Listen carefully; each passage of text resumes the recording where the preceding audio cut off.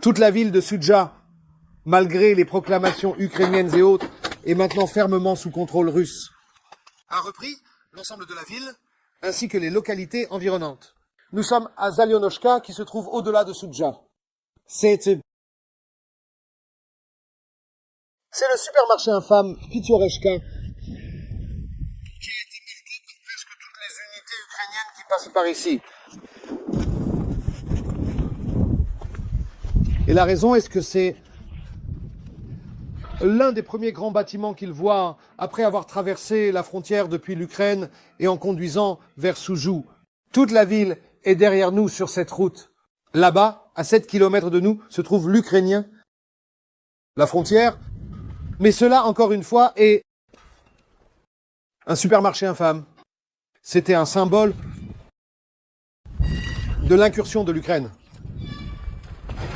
Dans ce contexte et dans cette situation, l'Ukraine est au tribunal, dans la région de Koursk.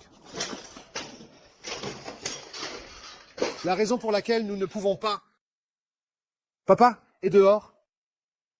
C'est qu'il y a tellement de drones qui volent au-dessus, russes et ukrainiens. De l'autre côté, les Ukrainiens sont désespérés de ralentir l'avancée de la Russie vers la frontière. Mais juste, il y a plus de 24 heures, et il y avait encore des troupes ukrainiennes. Là où je me tiens, ce magasin est devenu un monument officieux aux combattants ukrainiens qui se sont dirigés vers la région de la Russie pour leur incursion. Pour beaucoup d'entre eux, c'était le dernier endroit où ils allaient signer. 67 000 pertes subies par l'Ukraine en 8 mois dans leur mésaventure dans la région de Koursk. Ce secteur de la ville, les parties nord de Soudja, ainsi que les établissements périphériques comme Zalionishka, où nous sommes maintenant sur l'autoroute vers l'Ukraine, ont tous été saisis par une force de très petite taille, une force composée de vétérans du groupe le même. Groupe qui a conçu la grande opération, comme elle est devenue connue, la grande opération PIP.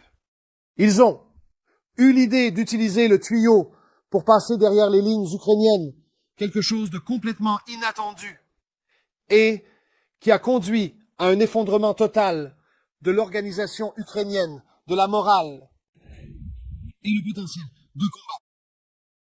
De nombreuses unités d'élite, comme la 80e brigade d'assaut aéromobile d'Ukraine, choisissent de ne pas rester et de se battre, mais abandonnent des positions défensives préparées pour s'échapper d'ici et retourner en Ukraine.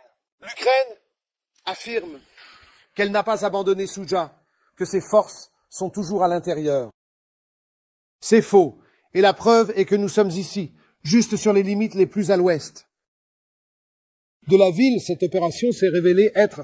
Cette incursion pour l'Ukraine s'est révélée être un désastre absolu. Surtout pour Zelensky qui a juré d'utiliser ce territoire qu'ils ont saisi dans la première région de la Russie comme un atout à la table des négociations pour échanger et récupérer ce qu'il appelait des terres ukrainiennes.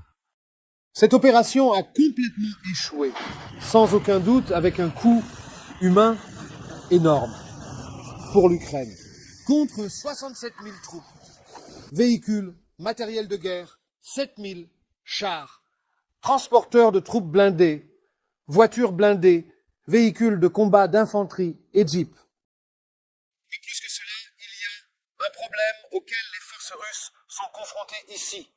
Et c'est qu'elles ont avancé trop vite. De nombreuses troupes ukrainiennes, démoralisées, perdues, restent maintenant dans le camp russe, loin des lignes de front. Essayant de se cacher, certains d'entre eux se rendent, d'autres essaient de trouver un moyen de traverser les lignes russes et de retourner en Ukraine. Chaque heure, d'autres sont capturés et parfois tués. Néanmoins, cela marque la fin de la bataille de Soudja. Et il est très probable que les troupes russes, en masse, traversent bientôt vers l'Ukraine, peut-être pour établir une zone tampon